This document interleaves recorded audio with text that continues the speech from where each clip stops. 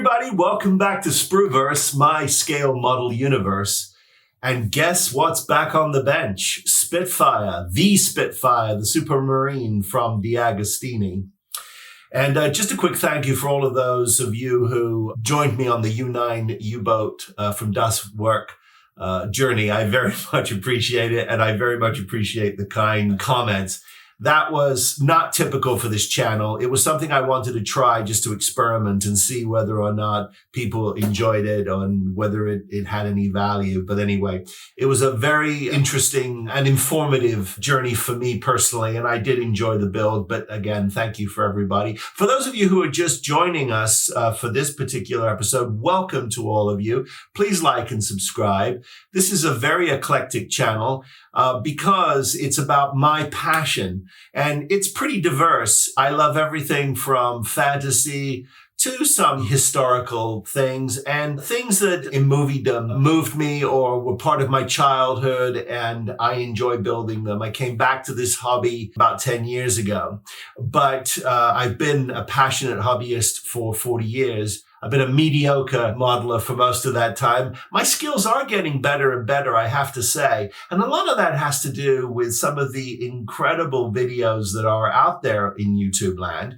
as well as a lot of the equipment and tools and glues that have joined the hobby over the last few years. Extraordinary. I mean, they've really upped our game in terms of what we can do and how efficient we can be. But anyway, I digress from the reason why we're here today, which is to update you on the Spitfire build. Now, let me explain something to you guys that I found rather frustrating and complicated. And I don't say any of this to discourage anybody from building this kit. There are some areas where I get a little confused with some of the information that is being given in the guide. The pack guides that came printed, and we didn't get all of them. I bought the full kit and I was short 6 guides.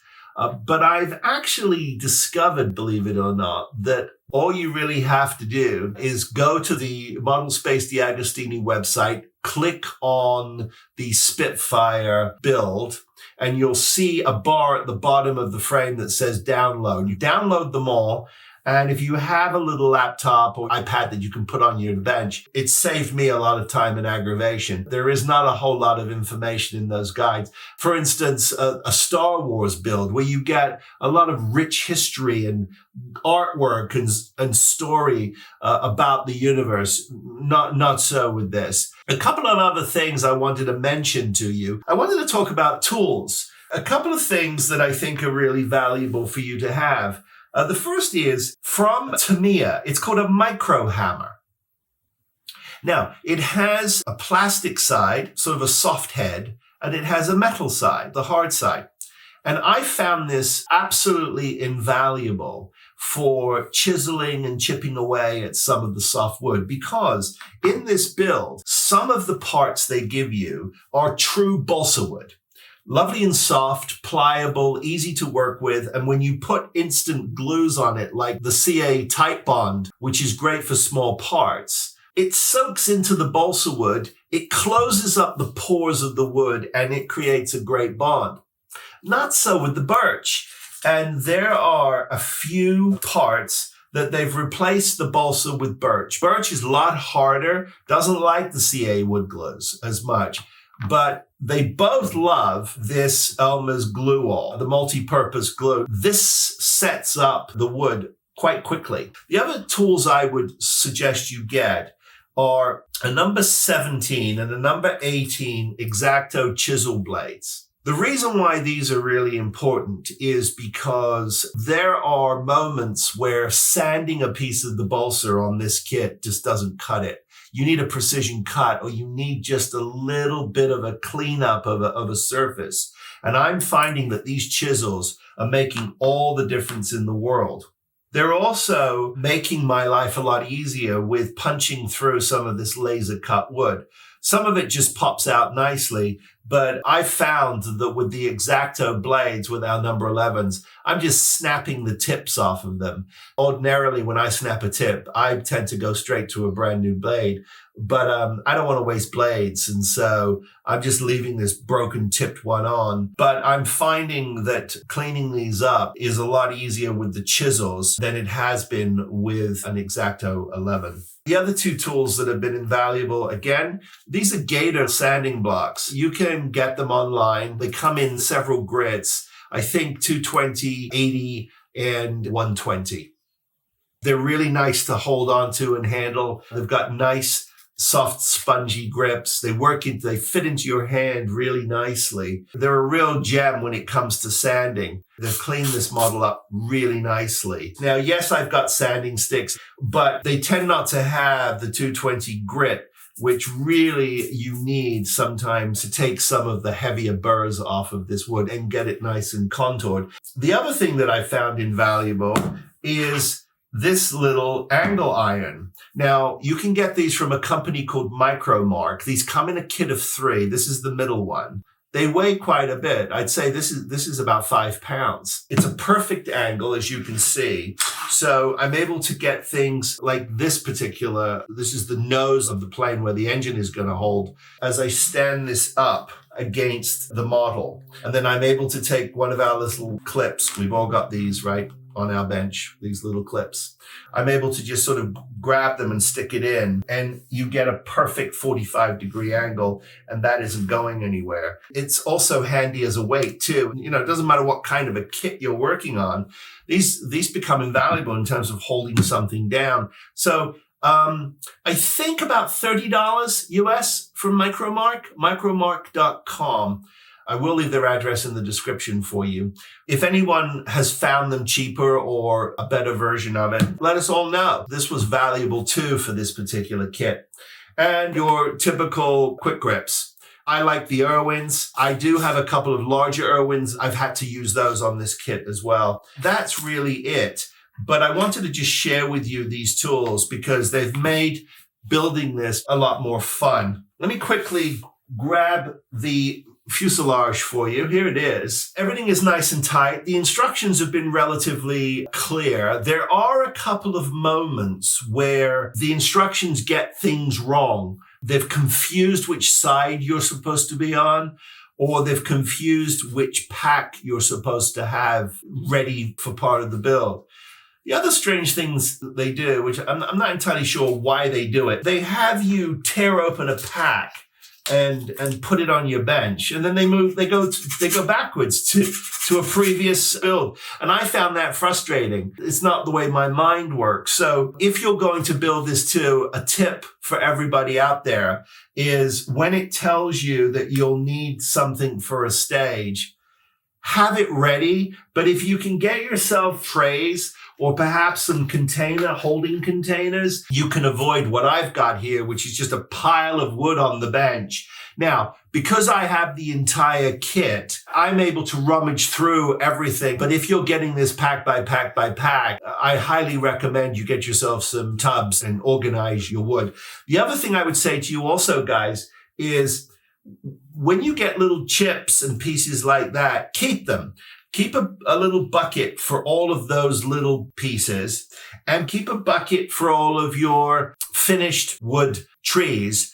Don't throw them away. Keep them, because I found that you can actually use them for shims, trim them up, and they're quite useful. Sometimes if you need a wedge or an angle or something, you've got it here on a square piece. So anyway, those are just some tips that I found useful for me. As you can see, this is quite a beast. Let me pull a wing for you. Look at this. You can see this thing is big. It is beautiful. Very impressive. It's going to make a hell of a model. Of course, I'm back to a real estate issue again, but that's okay. That's okay. This is going to be impressive, and it's a great piece of history. My grandfather was a jeweler as well, besides other things, and he synchronized the clocks for these great planes. So I have a sort of a personal connection to these planes in a weird sort of way. I'm just really enjoying this. The other thing I would say to you about this is the engineering of it. It's a lot of fun as well. I've really been happy with the way everything has come together. I am doing a few upgrades to it. For instance, in the cockpit itself, we've got pieces like this and the various different levers and control surfaces that slide up and sit up in the cockpit like this. This particular piece here, obviously you can see it's just a piece of birchwood, and it's got a piece of balsa that has been glued across it as a bar, and these little vertical bars here across the top were supposed to be this wire that is supposed to be unspooled and straightened. I had a tough time with that, guys. So what I did was I got from my local hobby shop some equivalent brass pipe, brass tubing in the same width. I just cut that to length, and I was able to glue that in place with some super glue here. That worked quite a charm. I just think it looks a lot cleaner. Now, this is all going to get painted in the DE green. This is from Vallejo. This is 71.009. The reason why I've chosen that is because over here on the computer is this thing of beauty. Now you can see the color here is this match. And this chair, along with that color, that's the color I'm trying to match. This seat is just 3 pieces of balsa wood that have been glued together. That was all they gave you. And then they wanted you to take some brass strips. Here they are. And they wanted you just to simply paint these brown and just lay it down like that. And that was your chair. And I thought, wow, really? Interestingly enough, you know, they supply you with some really nice metal parts. This is obviously going to be part of one of the control surfaces in the plane. And they've given you quite a few of those, but they did nothing for this seat. So what I did was I took some Milliput and made myself a back cushion. Now, this bucket here is not correct. I've got to bring this up just a little bit so that there's a bit of a bucket. And I'm not entirely sure. I'm going to have to do some research. This is going to be painted in a leather color, and I will age that, and that'll be a lot of fun. The rest of the seat is going to be in a copper wood color. There's going to be some add-on parts. Now, I'm hoping that there's enough room in this cockpit. I think there is. When I put the seat in, you'll notice that I've got some room at the sides of this thing. And even with this in here, what that means is I'm going to have enough room where I can add some control surfaces to the sides of this chair, because it has a lever and then some pivot points for the 5-point harness. I think what I'm going to do, this is medical tape. I think I'm going to actually just wrap this brass like this and create a fabric surface. And I think I'm going to do that just to add a little bit of detail to these harnesses, which I will not leave like this. I'm going to sort of bend them and crinkle them up a little bit so they look like they're just sort of drooped in the chair, ready to be used. Of course, what happens is that once you put the canopy on this thing, there's not a lot you can see. But I'm hoping that canopy is removable. It appears to be. So if I can leave it in that position, it would be fun to remove it and see all of the work that I've done inside, because beyond some of the piping that is going to connect the control surfaces that are attached to this, I'm going to add some other wiring too, based on the research photos that I have. I'm not a big guy when it comes to Canon stuff. But I have to tell you, I'm embracing Canon in a kind of cool way, especially when it comes to things like this. I mean, try and get things as realistic as possible. I think there's a lot of rationale to that. And of course, as I read about this plane and its exploits and all the various different versions of it that came along, I'm just getting excited about wanting to really put that level of detail into this. So anyway, so that's that. The next thing that is going to happen here is I'm going to install the left wing aileron here. That's essentially going to complete the wings for this part. And then they're going to have us go back to the engine here. We'll be working on putting this together before we carry on. There is a little bit of sort of backwards and forwards here that I'm into it at one point and then I just go, well, why did you do that? Why can't we just keep going? But anyway, I think it has to do with how they designed this kit to be built pack by pack. It's not a cheap kit, guys. I think this is $1,300 if you can still get it. I've now just received what I was hoping was just a replacement piece for a wing. They sent me. It took 4 months for DeAgostini to get this to me. And I don't mean to bash DeAgostini. I've had a lot of fun building their Millennium Falcon and their R2-D2. Not so much with the X-Wing, if you know my feelings about that. But I wanted to build this. When I was watching Wayne at World of Wayne build the Spitfire, I thought this is what he was building. And so when I ordered it, I thought I was ordering that. No. The one he's building is sort of pre-painted and everything is done for you. I kind of went, oh, okay, what have I done?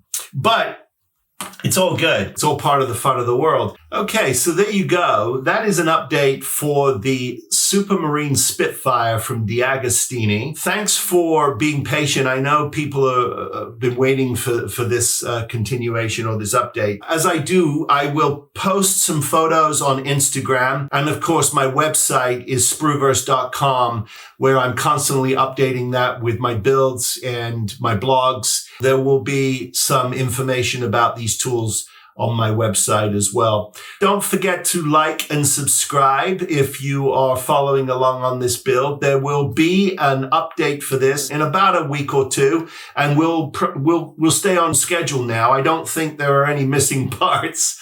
So there you have it for this episode. I hope you've enjoyed it.